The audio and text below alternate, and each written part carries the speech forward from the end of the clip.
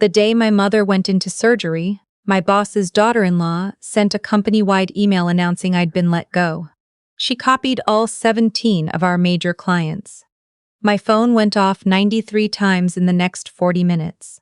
I was sitting in a hospital corridor with untouched coffee going cold in my hands when my husband leaned over, read the screen, and smiled.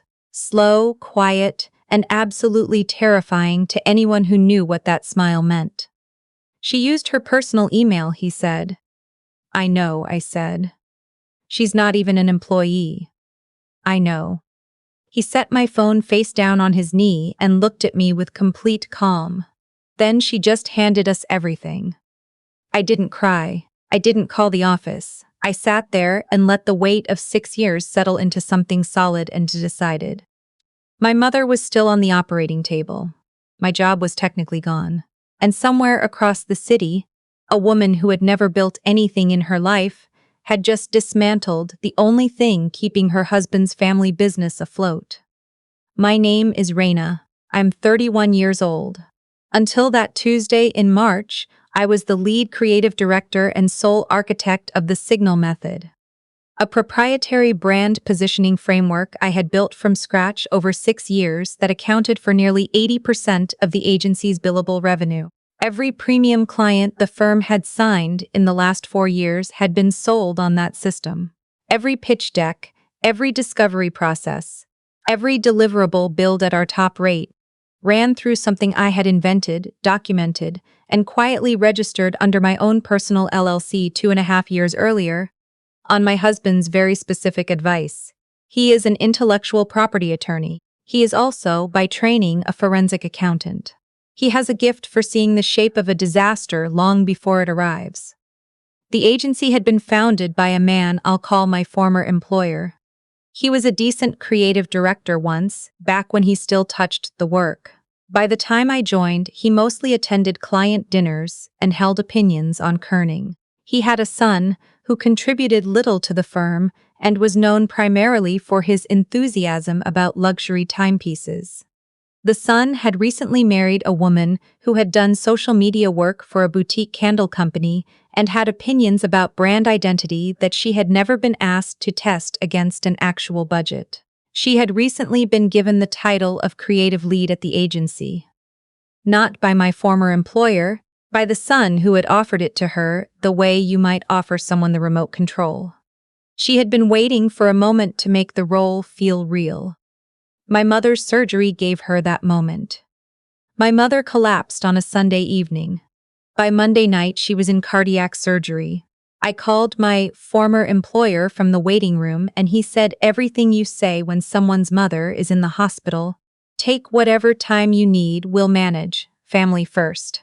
By Tuesday afternoon, while my mother was still being operated on, his daughter-in-law had sent the email. She wrote that I had chosen to pursue other opportunities and that she was thrilled to step into an expanded creative leadership role. She included a headshot. She sent it to the entire company and every client on the roster. She signed it with a title she had assigned herself the previous Thursday. My phone started vibrating before I'd finished reading. Clients I'd worked with for years, asking what was happening, asking if I was okay, asking what this meant for their contracts. One person, someone I had mentored through 2 promotions, sent just, "This is wrong." My sister called. She has always had an instinct for the worst possible moment. I let it ring once, then picked up. "I saw the LinkedIn post," she said. There was apparently a LinkedIn post. "Reyna, before you do anything, I need you to think about how this looks. You cannot make a scene right now. Mom is in surgery." "I'm not making a scene," I said. "I'm sitting in a hallway." "You know what I mean. Don't burn a bridge over your ego. You had a good run there. Take the high road." My sister has spent the better part of my adult life waiting for me to be slightly smaller. Not out of malice, exactly. More like the way some people are most comfortable when the people around them stay at a manageable height. I had spent years finding this sad. That afternoon I found it useful. It helped me understand exactly how much her opinion was worth in that moment. "I'll talk to you later," I said, and I hung up. My husband looked up from his laptop, which he had opened on the chair beside mine. He did not ask what my sister had said. He already knew the shape of that conversation. He reached over and held my hand and we waited. My mother made it through. I stayed with her that night. My husband went home and worked until 3 in the morning. I did not respond to the email. I did not call the agency. I sent brief, professional messages to the clients who had reached out. Thank you for your message. I'll be in touch shortly with important information regarding your account, and nothing else. The daughter-in-law sent a second email the following morning, using the phrase signal method 4 times. The trademark symbol was a confident choice. It was also not hers to use. On Wednesday, I drove to the office to collect my personal things. I brought my husband. I had given them notice I was coming. What I had not done was tell them Caden was joining me, and the look on the daughter-in-law's face when she saw him walk through the lobby doors with his silver briefcase told me she understood immediately that this was no longer a simple errand. She stopped us at reception. She said the building was private property and asked what his purpose was in attending.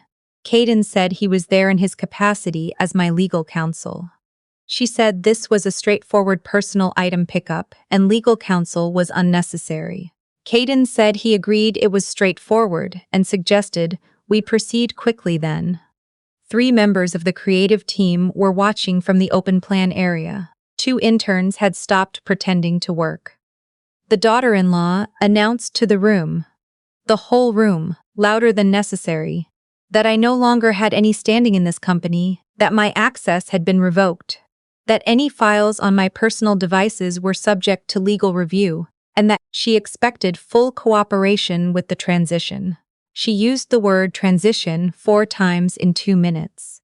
She said she hoped I would choose to be professional about this. I picked up my box. I looked at the 3 team members watching from the bullpen, people who had worked beside me for years, people whose growth I had advocated for in rooms they weren't in, and I said, calmly, that I would be in touch. I walked out. My husband followed. We had the meeting the following morning. My former employer had apparently decided to send his daughter-in-law and son to handle it, which told me everything I needed to know about how seriously he was still taking the situation. They arrived with a folder and a posture that suggested they believed this conversation would be brief and conclusive. The daughter-in-law set the folder on the table. She said the signal method had been developed on company time using company resources and therefore belonged to the agency. She said any claim I had to the underlying material was legally without merit. She said she had spoken to their attorney. I said I was glad she had legal counsel. That would make things more efficient. Caden placed a document on the table and slid it to the son. Page 4, Caden said. The licensing agreement your father signed in October of 2021. The son picked it up. His wife leaned over. I watched the moment it arrived, the specific quality of silence that falls over people when they encounter a document that renders the last 48 hours of their life retroactively catastrophic. The signal method was registered to my personal LLC. The agency had been using it under a renewable licensing agreement, renewable annually, contingent on my continued employment. The agreement included a clause, negotiated by Caden and signed without much scrutiny by my former employer, during a quarter when he was distracted by a new golf membership. If my employment was terminated without documented cause and without the direct written authorization of the founding principal, the license auto-revoked within 24 hours of the termination notice. The daughter-in-law had sent her email at 2:47 p.m. on Tuesday. She was not the founding principal. She was not even an employee of record. Her husband had not signed the notice and had not been copied on it as an authorizing party. 24 hours after 2:47 p.m. Tuesday was 2:47 p.m. Wednesday. It was Thursday morning. The license revoked yesterday afternoon, Caden said. I notified all 17 active clients last evening that their contracts are currently operating under an unlicensed methodology. Those letters are appendices 11 through 43. The daughter-in-law's expression didn't change, exactly. It just stopped being connected to her face. Her husband stood up. He talked about lawyers and what his father would say, and how this was far from over. Caden thanked him for his time.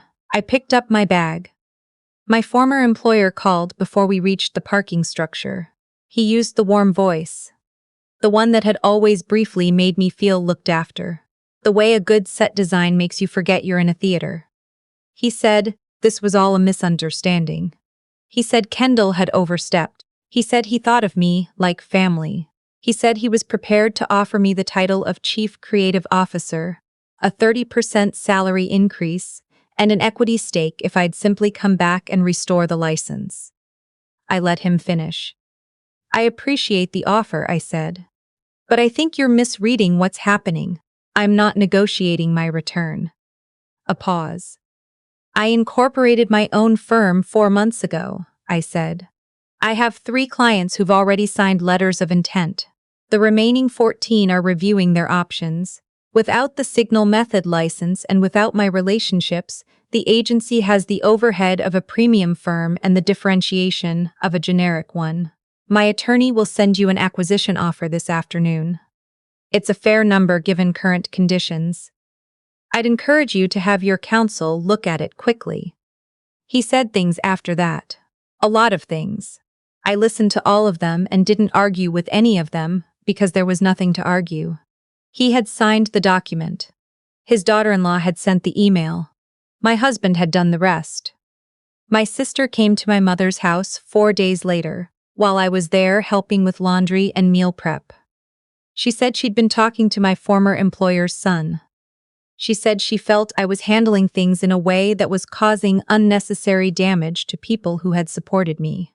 She said this was a business dispute, not a personal one, and that I was making it personal. My mother, from her chair by the window, said my sister's name once, in a tone I have heard exactly 3 times in my life, each time directed at someone who should have known better. My sister stopped talking. Later, while she was in the kitchen, my mother looked at me and said, "You built that thing." "I did," I said. "So it's yours." "It always was." She nodded and looked back out the window. That was everything. The acquisition closed 5 weeks later. It was not the number my former employer had hoped for, but it was the correct number. The one that reflected what the firm was actually worth without the system I had built and the clients who had followed me.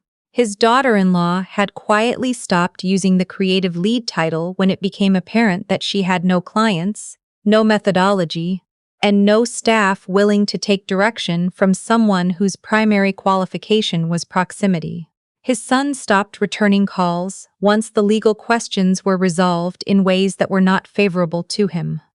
My former employer signed the documents in a conference room that was at that point part of the portfolio I had just acquired, and he looked like a man who understood, too late, that you cannot run a business on the assumption that the person holding it together will hold it together forever for a salary that doesn't reflect what they're holding.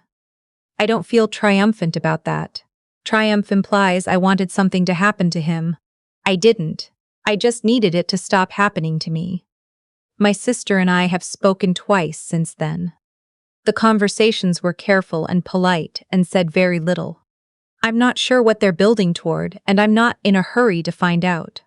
Some distances are healthy, some silences are their own kind of clarity.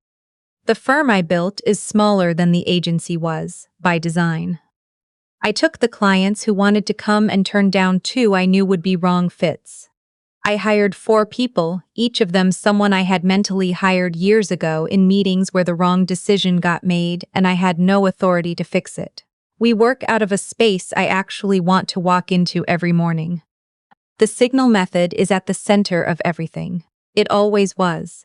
The difference now is that there's no one standing between it and the people it belongs to. My mother visited the office once, about 3 months after she was cleared for travel. She stood in the doorway for a moment and looked at the work on the walls, At the team, moving around each other with the shorthand of people who trust each other at the name on the glass. "This is yours," she said. "It is," I told her. It took me a while to stop acting like it wasn't. She asked when lunch was. I told her we had the good sandwiches today. She said that was the correct answer and came inside. The daughter-in-law's LinkedIn announcement. The one about my departure and her expanded creative leadership role is still live. I've checked it occasionally, not often. The comments are turned off now. Her most recent post before that was about a candle company rebrand from 3 years ago. The one after is nothing, just quiet. I leave it up. It's useful, in its way. A record of a very specific kind of confidence, the kind that mistakes access for ownership, proximity for competence, and a title given by a husband for authority earned by work. The kind that fires the wrong person and finds out too late exactly what was keeping the lights on. Some lessons cost a salary, some cost a company. She got the more expensive kind. I'm not sorry about that either.